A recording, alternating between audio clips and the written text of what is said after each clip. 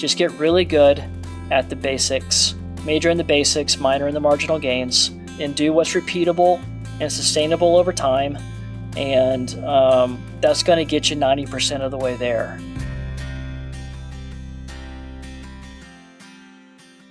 And welcome back. We have Cliff Pittman joining on the podcast today. Cliff, thanks so much for taking some time to chat. Thanks for having me on, Jonathan. I appreciate it. Of course. Cliff, the first question is a doozy. Who is Cliff? Oh, man. I'm 41 years old, and I'm still trying to figure that one out for a large part. I think that I'm a very process-oriented person, and everything's always evolving and hopefully progressing. That's kind of a core value of mine would be development, which ironically is even in my official business title as the Director of Coaching Development at CTS. But I am someone who is just fascinated with growth in every facet of life, whether it's as a human being, relationally, educationally, professionally, all aspects. I'm someone who just really values the process of doing work to get better over time. And I think that comes out in my coaching. Yeah. So I was stoked to get this conversation on the books because your approach to coaching, your approach to running is kind of the facilitation of my agenda with this show, right? I want, the show is literally called For the Long Run. And so for me, it's all about unpacking wisdom that elite athletes and back of the pack athletes and everyone in between can benefit from, that enables them to do what they love for longer and do what they love in a healthy, sustainable way for the long run. So today we're going to dive into some of your coaching methodology, some of the athletes that you've been working with. Molly Seidel is obviously the popular name to talk about in the move over to trail these days. You've been coaching her for a while now. So we're going to dive into all of that. And hopefully the takeaway for the listener is a handful of things that people can do that aren't sexy things, but either a reaffirmation or an affirmation that, you're on the right track, and that simple is as simple does. And it's the simple things that really move the needle when piled on over time. And so the next hour or so will be the explanation of all of that in my opinion. But before we get there, I'm curious how running found you, or how you found running. How did this silly sport enter Cliff's life? Yeah. I always like to say that I've been in the right place at the right time for a lot of different things. And my background is kind of this beautiful, chaotic mess of randomness that somehow ended up merging all together so that I get to do the thing that I absolutely love the most for a career and get compensated for it. But my running itself is at is central to that, and it's the glue. And it started when I was as far back as I can remember as a child, but in 5th grade, I joined a community track club. I grew up in Tulsa, Oklahoma, and Jinx America was a strong community track club, and I was able to compete USA Track and Field and AAU at a very early age. And as a smaller guy, it was what I could excel at. I was extremely fast, but I was too small to play football. And it's really where I kind of developed and found a passion for competing, and something that I thrived in. And so I did that at a high level all the way through high school, and was going to run collegiately. And then 9/11 happened when I was in high school.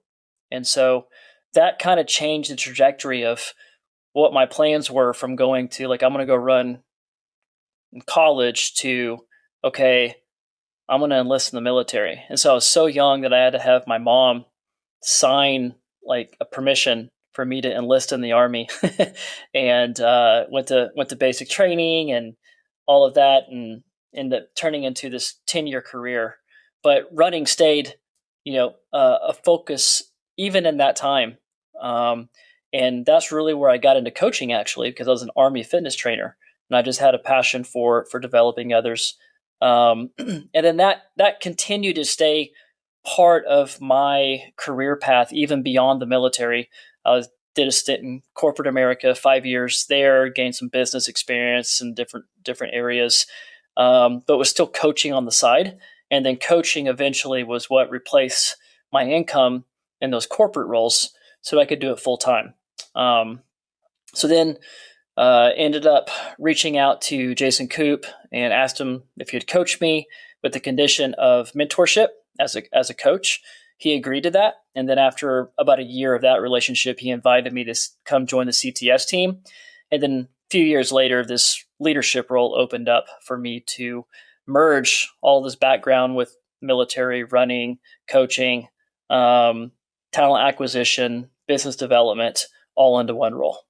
I love the right place, right time with the right experience concept. I found myself at the intersection of that a handful of times, and it's one of those things that like you can't plan for, but if you continue to put yourself in the right place and you have the right people around you, or you help facilitate having the right people around you, you can go pretty far in creating serendipitous encounters, right? Real quickly, you said something really important there. And I just want to touch on that real fast because none of this was planned. Like I didn't have this grand plan to end up where I ended up. It literally was just surrounding myself with people way smarter than me and learning as much as I possibly could. And, all of those people that have mentored me over the years have brought me up so that I can, do the things that I do today. Yeah. And people always say you're the average of the 5 people you spend the most time with, and creating intentionality of who those people are, and not in a transactional way, but in a like rising tide lifts all ships. Like I want to, it's one of the things I love about being here in Boulder, that Boulder average is pretty exceptional. Yes, it is. And you can find that anywhere if you look hard enough. It's a little easier to find it here. What is it about those types of people that are, you talked initially about a growth mentality and always striving. What is it about that process oriented approach that you're so drawn to? Yeah, it's a great question. Don't know that I've ever articulated the answer to that. So I have to do a little introspection as I think through it. But I think part of it is just accepting and being okay with failure as part of that process. And so like I think so many people are so scared to fail or embarrass themselves or fall short on a goal that they never put themselves in a situation that they could succeed.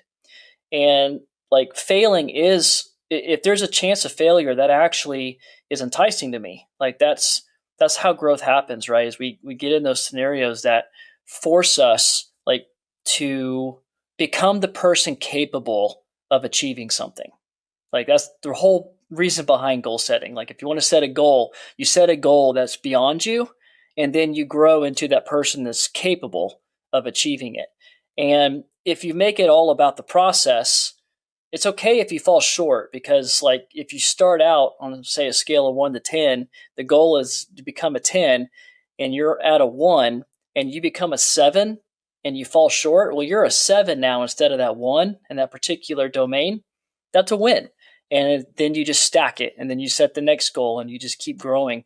And so I think that process of being okay with failure, as long as you can come back to, I did everything in my power to become the person capable of achieving it, then I think that's really what entices me. How do you, there's so much talk about, the ability to try and fail as it relates to running. I think of running as this sandbox where if you fail, you're not going to die, right? Like it's not going to ruin your relationship. It's not going to get you fired from work.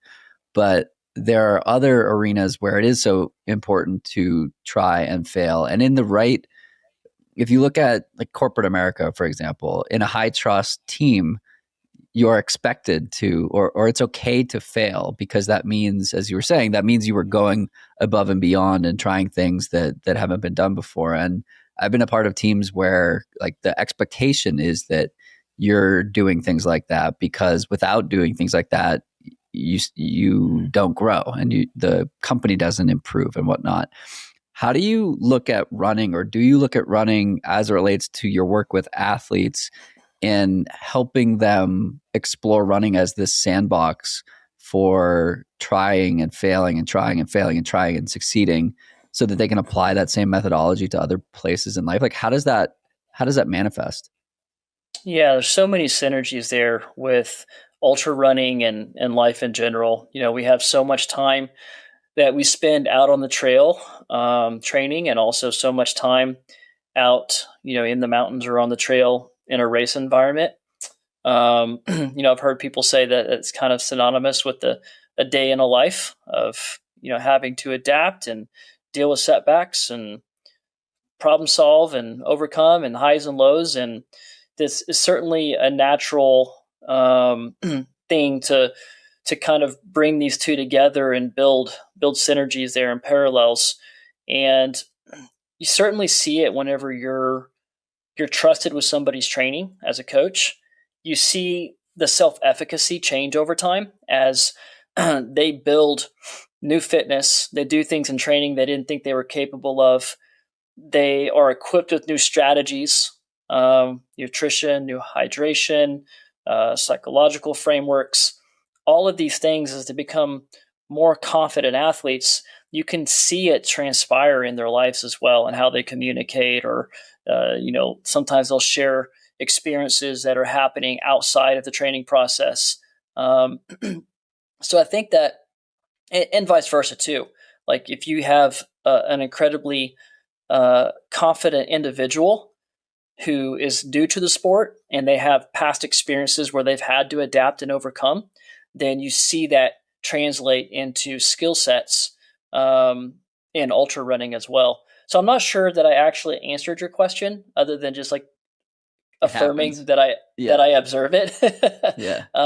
So maybe if you can ask me again exactly what you were looking for in that response, I can. No, I think it kind of demonstrates it. Yeah, the question was more specifically like, how do you facilitate self-belief through in other parts of life as it relates to going out and running 8 to 10 miles every day and doing workouts once a week? Like, is that a consideration, or does it kind of just happen? I think it happens organically. I'm certainly not helping people directly like thrive in their lives outside of running. But it's happening anyways. Yeah. But it's happening. Yeah. And I do have a background as an executive coach. I did that when I was in corporate. And as that's part of my background, and, certified in that area, I certainly cross over into that, because a lot of times there are things in athletes' lives, whether it be relationships or work stress, that will bleed over into training. And sometimes we'll go into that and we'll problem solve so that we can unlock, more opportunities on the training front or recovery side of things. But I really think a big key here, and I talk to our coaches about this a lot. As coaches, we should be collaborating with our athletes and not doing everything for them. And it's kind of like, think about the parent-child relationship. You do everything for the child. You solve all of their problems. You catch them every time they fall. It's like, well, they're not going to learn like how to adapt and problem solve themselves. They're going to become dependent upon you as the parent, to always be there. And so in a similar way, I think as coaches, there has to be this collaborative process where the athlete comes alongside the coach and helps build this, and has input and can even take ownership of a lot of the processes in place. And when that happens, you see a lot more buy-in, but also you see a lot of more self-efficacy, because they've owned part of the process, and the coach has to be able to be in this, dynamic of, I'm guiding this and I'm steering this in the right direction, but at the same time, I'm not doing every single thing for them. What type of athletes work really well with your methodology? Is it someone that's, they've been running for a while? Are you working with new athletes? What's kind of the perfect collaborator for you? At the moment, personally, like, my athlete roster is very small because of my leadership responsibilities with the company. So I'm only working with like 10 athletes at the moment. I would say, though, this thinking back on my career and all the years that I've been doing this, the typical type of athlete that responds well is someone who can collaborate, who is communicative and will provide feedback. It's such an important part, I think, of like my methodology. There has to be back and forth. I have to understand where the athlete is. I'm looking at training data, but it's only 50% of the equation. I need to be able to have subjective feedback so that I can really get the entire story of how that athlete is progressing and adapting and absorbing that workload. So it really does require that both parties communicate extremely well, and that it's a very individualized approach to the uniqueness that every athlete has.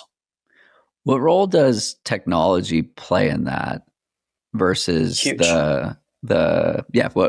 Curious to hear more. Huge. Yeah, I think, I kind of stand on this statement that if you're a coach and you're not analyzing training data or using it to make informed decisions, then you're more of a cheerleader. And that's okay. Like, that serves a good purpose. And a lot of athletes need a cheerleader type approach of, you've got this, you can do this, here's a training plan. That's good. But I really think that like highest level coaching encompasses all of it. Is in the three pillars that we have at CTS are for good coaching is personal connection first and foremost. That's the foundation. You've got to have that personal relationship.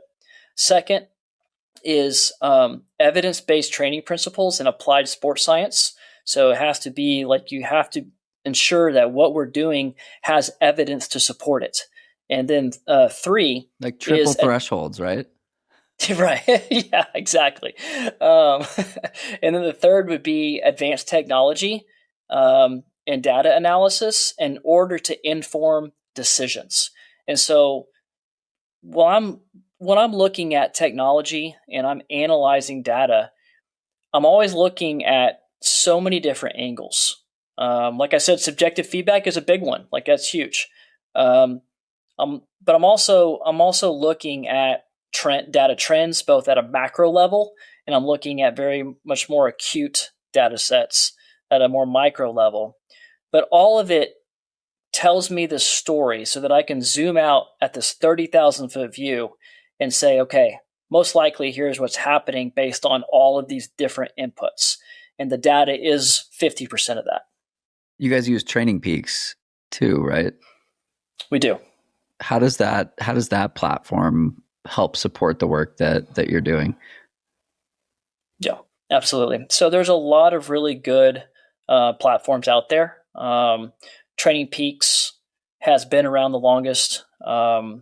We continue to look at things on a yearly basis to kind of see what's out there, and firm believers that Training Peaks is offering a very high quality product.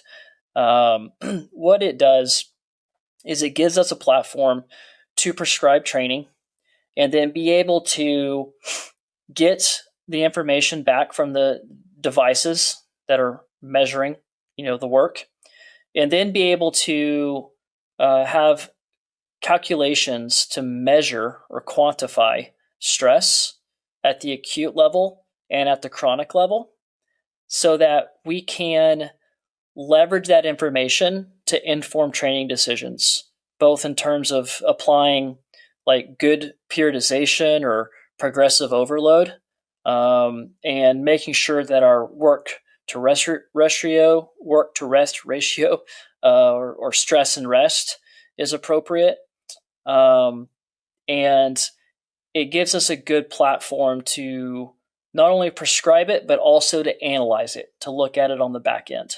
So it's really an all-encompassing platform where we can manage training in its entirety. They've also been a wonderful supporter of the running industry. I connected with a couple of people there last year, and they sponsor a couple of the shows in the Long Run Labs network. And so it's been great working with them and having them help enable, making some of this all possible. They're looking to make a push. Great people, based here in the Boulder area as well. That's right. Yep. So it's been cool getting to know that team and watching them as historically a triathlon brand or cycling brand get further into running. Speaking of getting further into running, pun intended, let's talk about one of your athletes who I'm sure everyone is dying to hear more about, Molly Seidel. How did you get connected with Molly? Yeah, great question. So Molly was introduced to Jason Koop through a mutual connection. I think that one of her friends is coached by Koop, and for whatever reason, he felt that I would be a better fit for her. And so Molly and I had a conversation, and we just hit it right off the bat. Just really jived. And so we started working together. It was early last summer, but that's how that transpired. It was an introduction.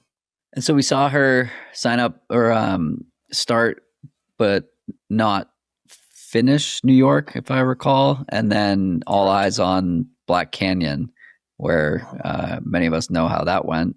She got a golden ticket, which is very exciting. I've been egging Molly on to do trail running for years now. We've been doing podcasts and live shows together since I think 2023, and every time I mention it, it would be met with less and less resistance. And it seemed like I was like, okay, yeah, she's actually going to do this thing at some point. For someone who has a background in marathoning and is wanting to go further, how do you begin to think about what that evolution looks like and what's required before you really step up in distance? And I asked that question, one, because I'm interested in how you did that with Molly, but two, this podcast audience is basically 50-50 road and trail. So there may be a lot of people that are trail curious or ultra curious. And so I think part of this is an entertaining answer, but also a useful and tactical question to ask. Yeah, absolutely. And so, first we can kind of just start with like the similarities. Like the obvious is that you're running for both, whether it's, obviously we can kind of, go back and forth on like, well, we're actually power hiking a lot in the ultra space, but, athletes like Molly is not, at least not in Black Canyon. So, at the same time, it's the same locomotion. It's the same sport in that sense, but at the same time is very, very different in terms of the demands. And so because of that, training needs to look different. Fueling and hydration is one of the biggest changes. And really, like when we started transitioning Molly from marathon to ultra marathon, like you said, she wanted to do New York. And so that was kind of a last minute change where she was like, hey, can we do this? And I reluctantly said yes, and we can do it because from a training architecture sense, like it was a time in the training cycle we were going to be building lactate threshold anyways, which is great time to throw a marathon on the schedule. But that the end goal was to shift her from all of that training history with super high aerobic capacity, incredible world-class ability to clear and process lactate as fuel. And can you explain what that means? What is clearing lactate? What is that lactate threshold improvement look like tactically? Yeah. So, its most basic definition is your upper sustainable effort. So like for most athletes, it's going to be somewhere between, a newer athlete, maybe 45 minutes max effort, a more advanced athlete like Molly, it's going to be closer to like, 90 plus minutes for her. But essentially like, whenever you're running and it's like, oh yeah, I've burned too many matches, that's you crossing over and you start to accumulate more lactate than that you can utilize as fuel. And so what that looks like tactically is training that system and training at that effort or close to that effort for a certain period of time. And so it's a proposition of time at intensity. And what that might look like is for a newer athlete, maybe it's 3 intervals of 8 minutes at this, 45-minute or 60-minute max effort. with a 2-to-1 work to rest ratio. So if they're in 8-minute intervals, it would be 4 minutes recovery. For Molly, we were doing like 4x15 or 5x10 or 2x20. So if, 4x15 would be 7 minutes recovery in between. And that would be baked into the middle of a 2-hour run, let's say. And we'll do that twice a week. And honestly, that was a less stimulus compared to what she was used to in the marathon world. And that was by design, because one of the reasons why she hired me was I want to do this at the highest level, but I want to do it sustainably. And she had a long history of, competing at biggest stage in the whole world. She was an Olympic medalist, but that came with a cost. And, she had a stress fracture every year of her competitive marathon career. And ultimately, she had to take like a several, long reset before we started working together to kind of just step back and get healthy. So that was very important to her to do this long term. And so that's one of the first things that we looked at is the sustainability factor. And I coined this the minimum effective change model. Just wrote an article on this in Ultra Running Magazine, where we look at what's required to change in her training and then change the least amount of variables possible to get the maximum amount of results. So when I was looking at her marathon training and her, strengths and weaknesses, I was like, okay, we could change 30 things. What's the most important? And so we focused in on just the fewest things that we could possibly change. So we didn't actually, when we got into that Black Canyon training cycle, transitioning into ultras, we didn't just maximize her volume and, go all in on long runs and, all of this other stuff that we could have possibly done. We took a very sustainable approach of, okay, yes, we're going to improve lactate threshold going into the marathon. And then after the marathon, it's all about translating and utilizing all that fitness that she has, world-class level, and accessing it as much as possible across 100 kilometers in the desert. And that became a focus on durability, just the ability not to break down over time, both mechanically and metabolically. So she led that race for about 20 miles. It was that course has so much downhill. I talked to her after the race, and she's like, "Wow, I've never been this sore before." Yet her body held up. So kind of did achieve the goal. For people running ultras, they're often training for hilly races, and so last summer I did a 40-mile race that had 7,000 feet of gain, and so I spent a lot of time doing downhill work. So every 3 weeks or so, I'd do a 2+ mile hard downhill effort. So 15 minutes of downhilling to induce enough impact to be sore, at least the first time. Why does this work? What should people be thinking, maybe if they're coaching themselves or working on training for a race themselves that has a few thousand feet of gain? How do you do this safely, and why is it important to introduce into a training plan? Yeah, so this comes back to the training principle of specificity, and specificity is applied for every sport. If I were to train a softball player, there's the principle of specificity applies and how that softball player would progress and get better. So what that looks like, though, in our sport and ultra running is we look at the demands of that race or that event. We look at the course profile, the elevation change. We look at the environmental factors. We look at, essentially what percentage of VO2 max or what percentage of lactate threshold, the aerobic aspect of it, the energy system, and train that specifically. And we try to mimic that as much as possible in training. So what you were describing was a component of specificity of getting the downhill eccentric loading. And the good news is that it really does it's a high risk or high cost training intervention. And so we have to use it very sparingly. But the good news is that a little bit goes a long way. And so an athlete living in Nebraska training for hard rock That's that's a tough one, right? You can't train specifically for hard rock living in Nebraska, so you have to get very creative.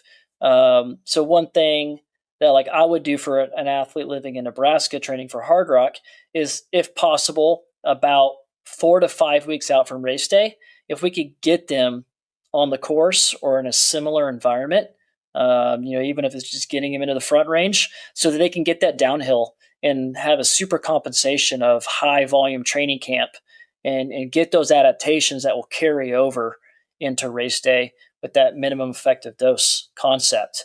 But the important thing is that we just address specificity as much as possible. And if specificity isn't possible at all, let's say that individual living in Nebraska is a single mother and has responsibilities at home that are far more important than hard rock, then it's like, well, you know what?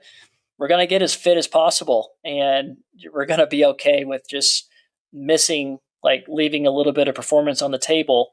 And as fit as we can get you is the best we can do. That's okay. I ran rim to rim in 2019 when I was living in Boston, and the biggest hill in the Boston area was about 200 feet, and the Grand Canyon has 11,000 feet of gain and loss. And so I work with David Roche as my coach, and we had that same exact conversation. Actually, the year prior, I asked him about doing the 50K at Broken Arrow, and he was like, "Why don't we find a race that would be more fun to race based on what you're able to train for?" And he was very right on that. And the conversation we had as it related to the Grand Canyon was, we're just going to get as fit as possible, and you're going to be very sore afterwards. Yeah, absolutely. Why is the downhill more important to train for than the uphill, or is that even an accurate statement? I don't know that it's more important. I think that it's just it carries a little bit different cost, I guess, both in the race. So it's something that you have to like, and also I would say that it's just harder to train for. You get a treadmill and you can crank that up to 10 to 15%, and you're going to get some good, mechanical loading there. That's very specific. Maybe not. I mean, we're talking hard rock, we got a lot more steeper grades, but just in general, it's harder to get that downhill stimulus. And it can be an absolute showstopper on a course if you can't handle that eccentric loading and you blow your quads earlier because you're not physically prepared for those demands. So I think it's just that the downhill impact forces and the eccentric loading is so cost heavy that it's something that gets a lot more attention, where uphill running or power hiking comes with a little bit more aerobic cost. Aerobically is going to cost more, but not so much mechanically or muscular. And that's a great example where if you only have a flat environment to train in, you can just get really fit, running in your natural terrain. And that will still mostly translate aerobically from, the cardiovascular and respiratory systems to uphill running. But downhill is just a different proposition. We got to get one of those Wahoo treadmills that goes to minus 10% on the, that's right, on the downhill. Absolutely. Car garages are another good one too. Like if you could just run down the ramps. Yeah, and do it on concrete or pavement. Yeah, that'll really hammer it. So last summer, it was fascinating to me. I had never really specifically focused on that, and I made a really intentional effort through David's coaching and, but also like taking the guidance seriously to actually do it this time. And I was running hard downhill at mile 35 of the Grand Traverse, which was a 3,500 foot drop over the last 4 miles.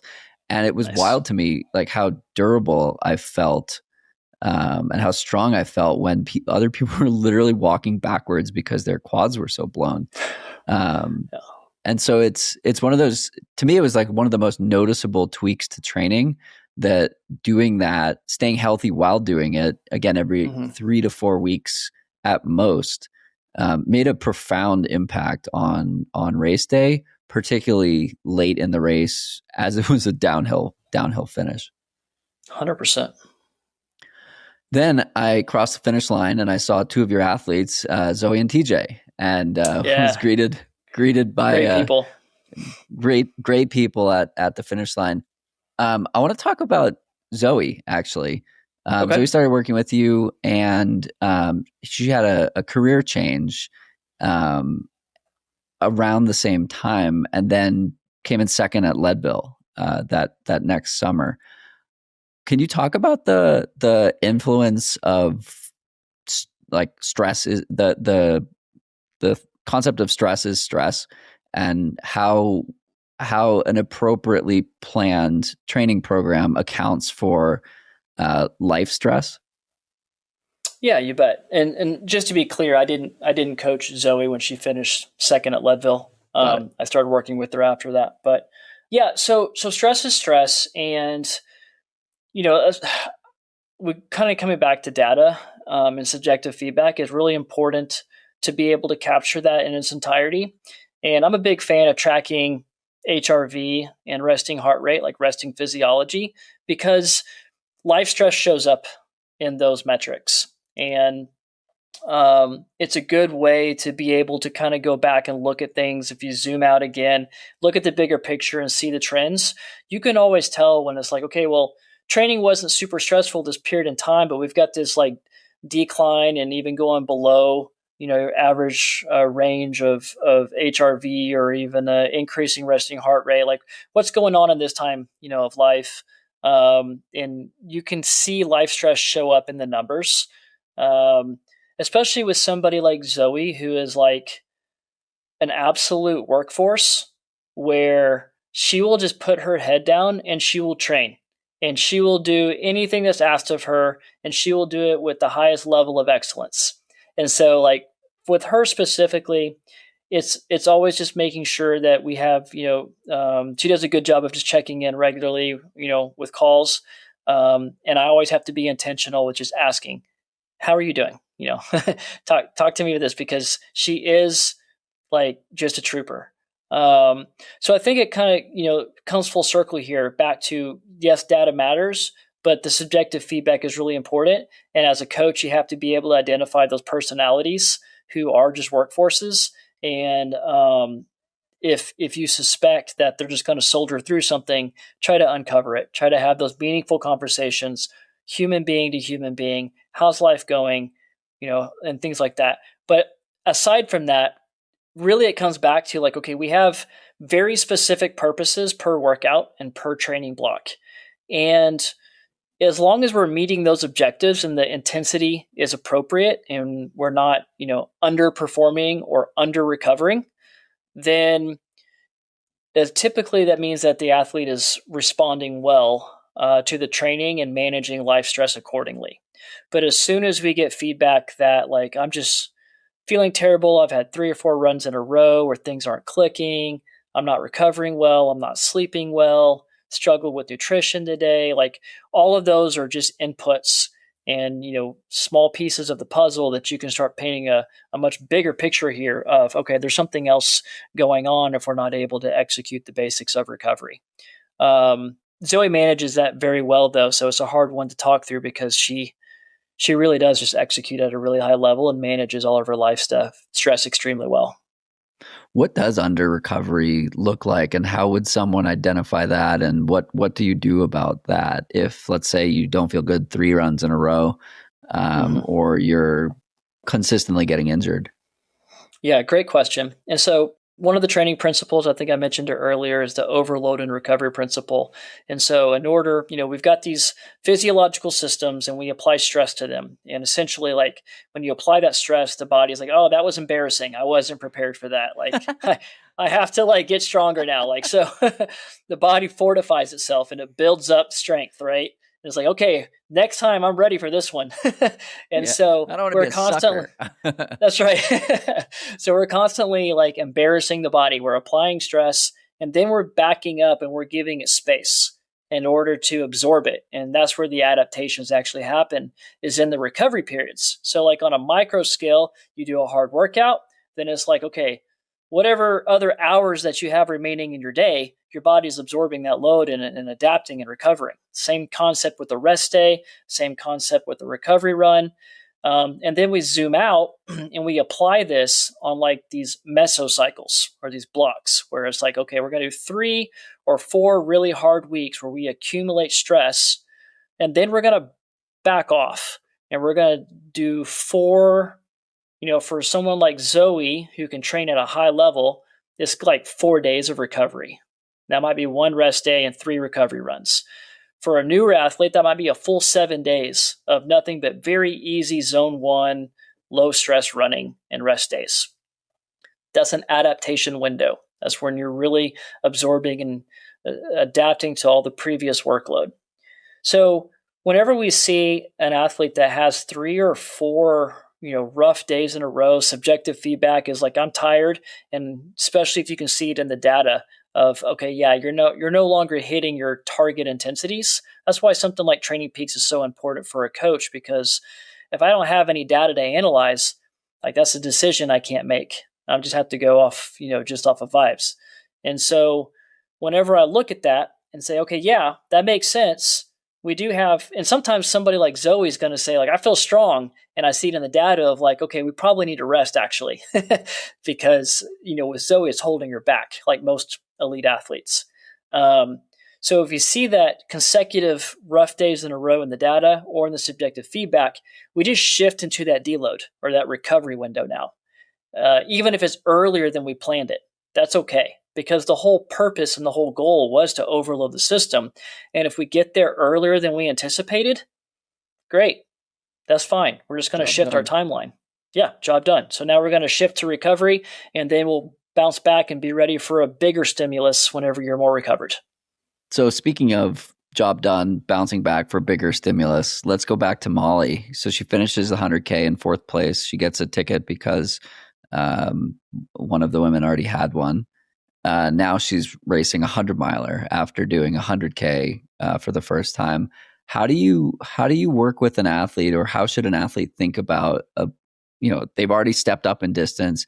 Now there's another step up in distance. How does nutrition come in? How does durability come in? How does managing the mental side of it come in? What's that looking like?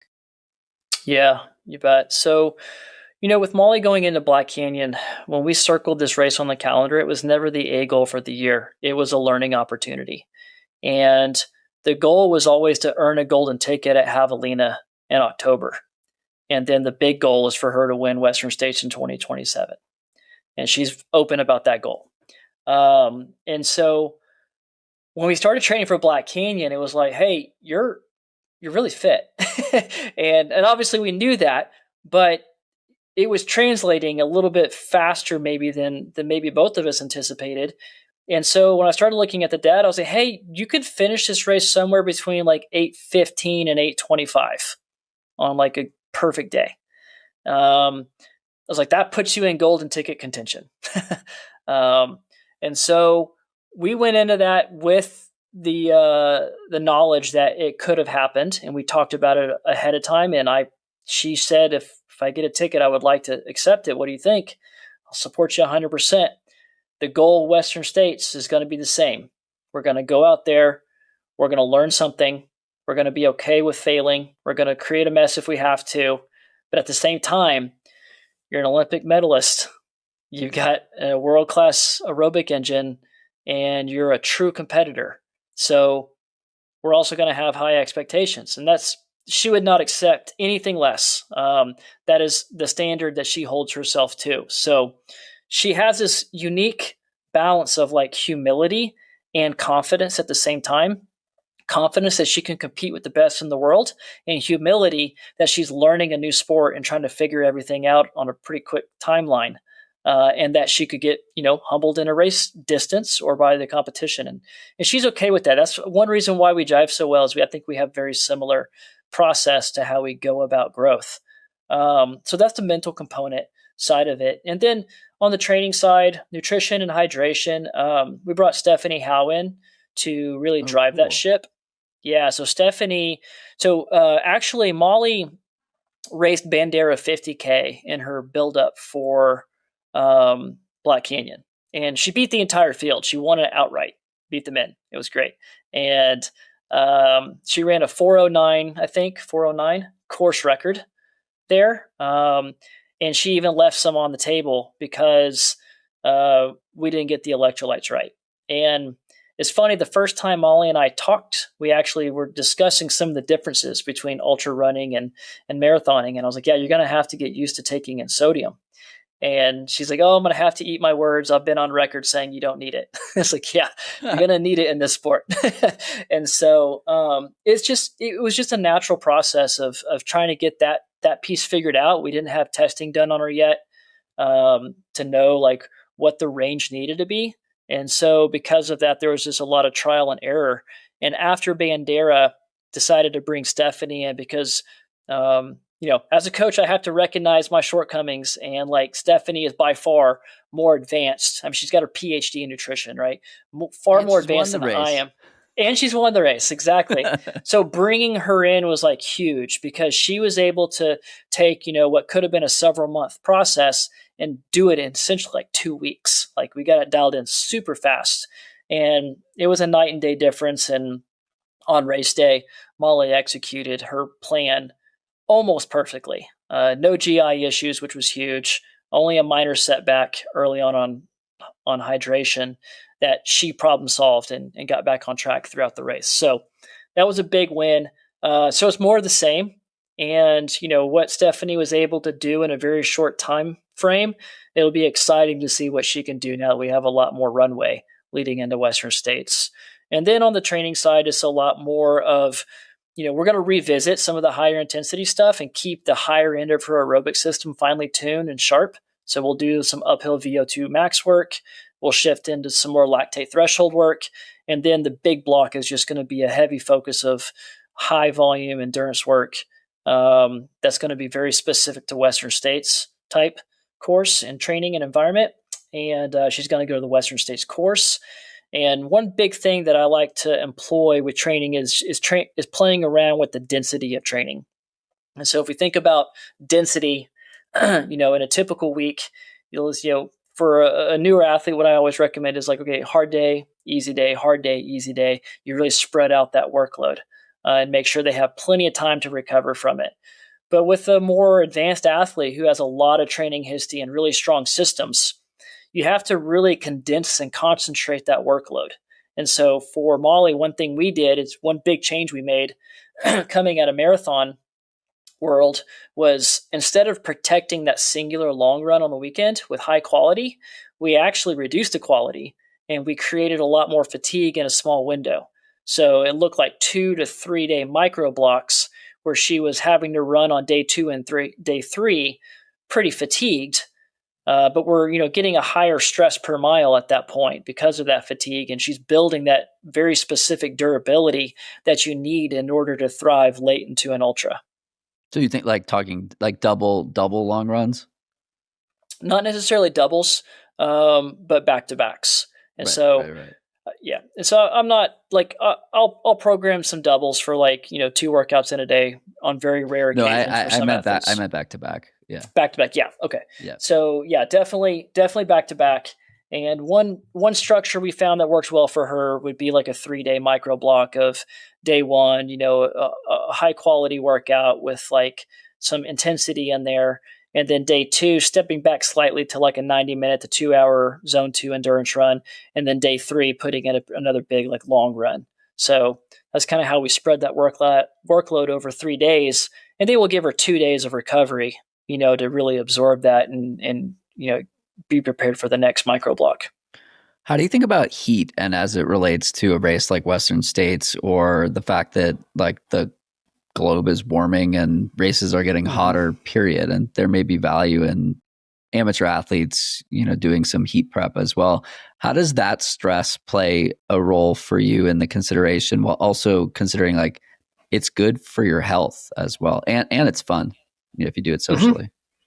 Yeah, absolutely. And I think it's absolutely necessary. We're seeing Western States where performances are just getting incredible. And I think a big part of that is the heat training and also the cooling strategies. It's kind of twofold there, playing a big part of that. And the way that I look at it, my philosophy is a minimum effective dose.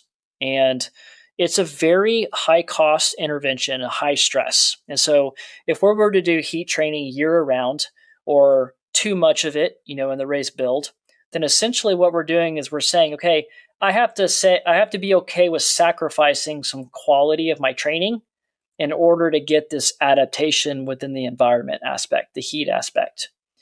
So what I would rather do is optimize the training and then bring the heat in as like the last 1%, kind of like let's major in the basics and minor in the marginal gains. That's a core driving philosophy for me. So I apply that principle or that philosophy to heat.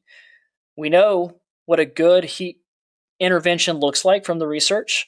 And so like what that looks like effectively is 10 to 14 days of passive heat exposure, whether it be sauna or a hot water immersion, for 20 to 30 minutes post-exercise. And so the key is like you do your run first, you're pre-warmed, and then you jump in the hot bath in 104 to 107 degrees, and you sit there for 20 to 30 minutes post-exercise.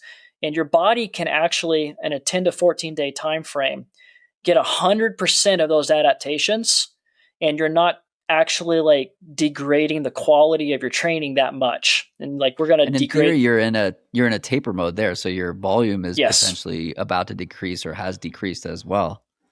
Exactly. That's exactly right. And I think where, my philosophy is different than what I'm seeing a lot out there in the space is a lot of people are putting on heat suits, they're running in it. It's an active protocol versus a passive protocol.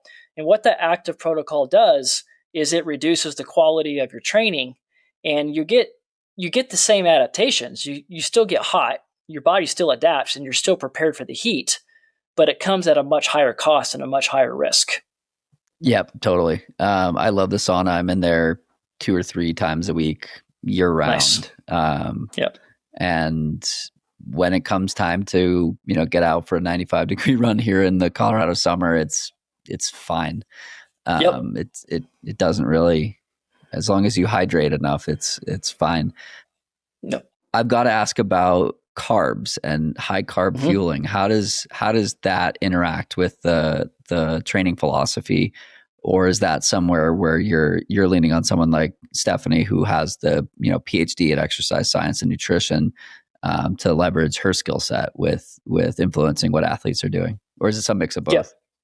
It's a mix of both. Stephanie and I only work with one athlete together. That's Molly. I work a lot with Meredith Terranova. I don't know if you know Meredith, but she works with several of the athletes that I work with. And she also, just like Stephanie, contributes to our high performance program at CTS. And so I absolutely lean on them whenever they're driving that ship for the athlete. Like they're the ones making those decisions on the nutrition front, and I support it with training and everything else. But a lot of the athletes that I work with are, I'm driving that. I'm a certified sports nutritionist myself, so I'm competent in that regard. Although I'm certainly not to the level of a Stephanie or a Meredith, as an example. The research is very clear that 60 to 90 grams in that range is, efficacious. I do believe anecdotally, from what we're seeing in the space, that pushing that 90 plus, getting into the higher range, there's got to be a benefit there. So I will not dispute that whatsoever. But I think really the way to look at it is it's an optimization problem, not a maximization problem. And that's the same way that I look at strength training. It's the same way I look at heat training. It's finding what the optimum level is for a particular athlete that they can do sustainably over however many hours they're going to be on the course, minimizing risk of GI issues, but also making sure we have enough energy availability, glycogen, to support the demands of the performance. I talked with Dr. Alan Lim, the founder of Scratch, about this, and his methodology is basically like push the envelope until you can't push it anymore, and then back off, 10%. Yes. And I'm having a conversation with one of the sports scientists from Precision, and I'm looking forward to diving into it. I've never done that personally. I've worked with sports nutritionists, but less, but more so on the like outside of running side of things. So I'm excited to Yep. dive into the like intra-run fueling piece. But Alan's point was, if you're only doing 50 grams an hour at in your long run that has some intensity, doing 70 is worth trying. And if you can do Yep. 70 without getting GI issues, try 90. And if you try 90 and you have no GI issues, try 110. And if you have GI issues, back down to 100 or 95. And you don't need to train your gut to go higher than what your gut is pushing back on initially. Mm-hmm. And as you said, the evidence is clear. Like the more you do to a point, it will help. And I've talked at length on this podcast where when I got back into doing ultras in 2023, that was a big change I made. And I would finish 2.5, 3 hour long runs and not feel like total shit, like a vegetable, Yes. needing You to recover. sleep the rest of the day. And I've settled on about 85 grams an hour. And that works great for me. And anything beyond that, I don't tolerate well. And if I'm at 60 an hour, I'm tired post long run. Yep. Yeah, absolutely. I agree with all of that 100%. For myself, like I've got a stage race coming up in 2 weeks, and it's a 50K, 50 mile, 20K format. And so like it's so important to operate on the higher end of that intake, on day 1 and day 2, essentially, like, so that you can recover and optimize recovery. Experientially, everybody knows, like, whenever you eat more in your training runs, you just feel better. You're not, on the couch the rest of the day, and you can get up and perform again the next day. I tend to operate in like 90 to 100 for the most part. But like for Molly, we trained at 80 and she raced at 60, and that worked for her. I can't say any names, but I know other athletes competing at the very top of the sport in the world are also around 60. And so it's very individual around, just unique physiology and comfort. And, fat oxidation is a thing too. So like, I am definitely pro carb, but our energy systems, we're a flex fuel machine, and we can burn both. And so I think that everybody just responds a little bit differently. My first few marathons, I look back on the 20 grams an hour that I took in for a 3.5 hour marathon. How much of bonking in a marathon is, in your opinion, likely due to fueling like that? Yeah, probably most of it. But I would say there's the complexity here is the hydration piece, because I think a lot of times, we have the GI issues in marathons because people aren't drinking enough, because you're not carrying fluids and you're just getting little cups at aid stations. And then you try to slam a bunch of carbohydrates in gel form, but you don't have the gastric emptying from a good hydration status. And so all those carbs just sit in your gut. And I think that's a big problem in the marathon space.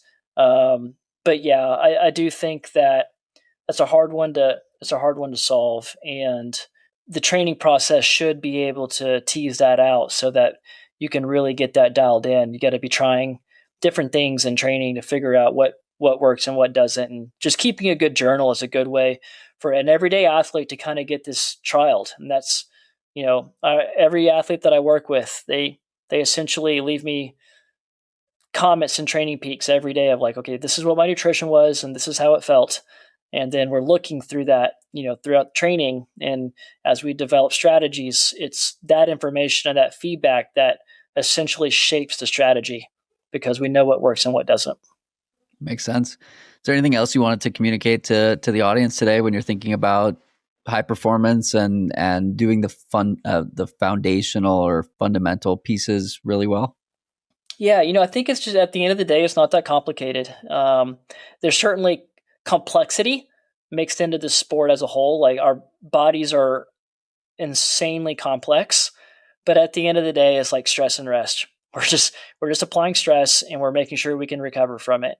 And like, don't get too far down into the weeds and chase every marginal gain and every percent. Like, just get really good at the basics. Like I said, major in the basics, minor in the marginal gains, and do what's repeatable and sustainable over time. And that's going to get you 90% of the way there. And you don't need to, even at the highest level, working with professional athletes, a lot of what we do is incredibly boring. The workouts are not super sexy. They're not complicated. They're very straightforward in Manila. But at the end of the day, we're applying the right stresses and the right amount of recovery for their systems. They're really big systems to develop over time. And that's the exact same concept scaled down to everyday athletes.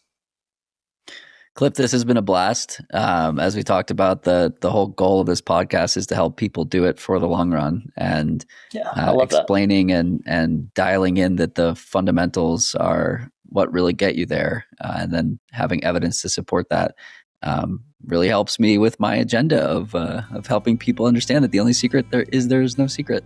So that's right. Appreciate the chat, and we'll see you out there. Likewise, keep doing good work, man. Thanks.